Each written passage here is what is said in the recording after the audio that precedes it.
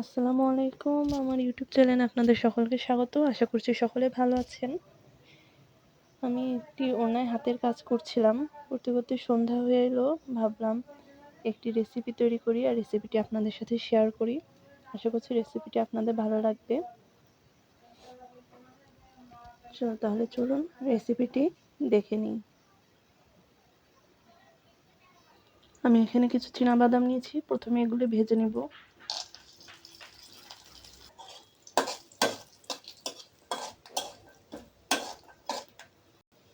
বাদামগুলি ভাজা হয়ে গেছে, এখন আমি এগুলো উঠিয়ে নেব। এখানে আমি কিছু বোনলেস চিকেন নিয়েছি, এগুলো আমি অল্প তেলে ভেজে নেব।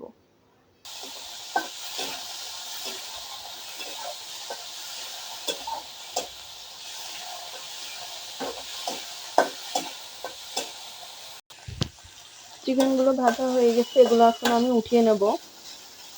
পাত্রে আবার তেল গরম হতে দিয়ে দিয়েছি, এখানে আমি পেঁয়াজ দিয়ে দিব।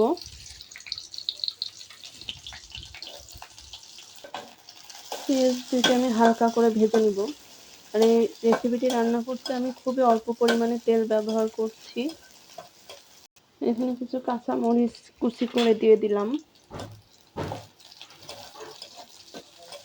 এখানে 1 চা চামচ আদা রসুন পেস্ট দিয়ে দিচ্ছি।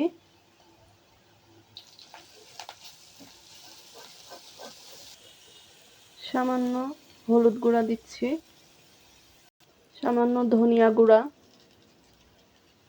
সামান্য মরিচের গুঁড়া।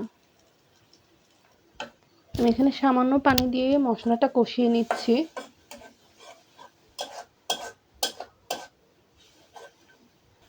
পরিমাণ মতো লবণ দিয়ে দিচ্ছি।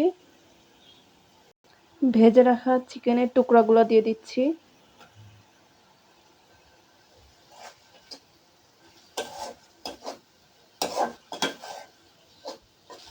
সামান্য জিরের গুঁড়া দিয়ে দিচ্ছি।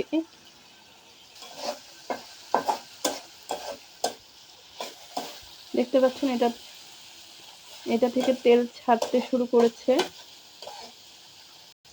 এটা আমি একদম শুকিয়ে নেব। আরো কিছুক্ষণ নেড়ে শুকিয়ে নেওয়ার পরে এর মধ্যে আমি বাকি উপকরণটা দিয়ে দিব। এটি একদম শুকিয়ে এসছে, শুকিয়ে গেছে প্রায়। এখানে আমি 1 কাপ পরিমাণ চিড়া নিয়েছি। চিড়াটা আমি আগে থেকে ধুয়ে পানি ঝরাতে দিয়ে রেখেছিলাম। এখন আমি চিড়াটা দিয়ে দিব চিকেনের মধ্যে।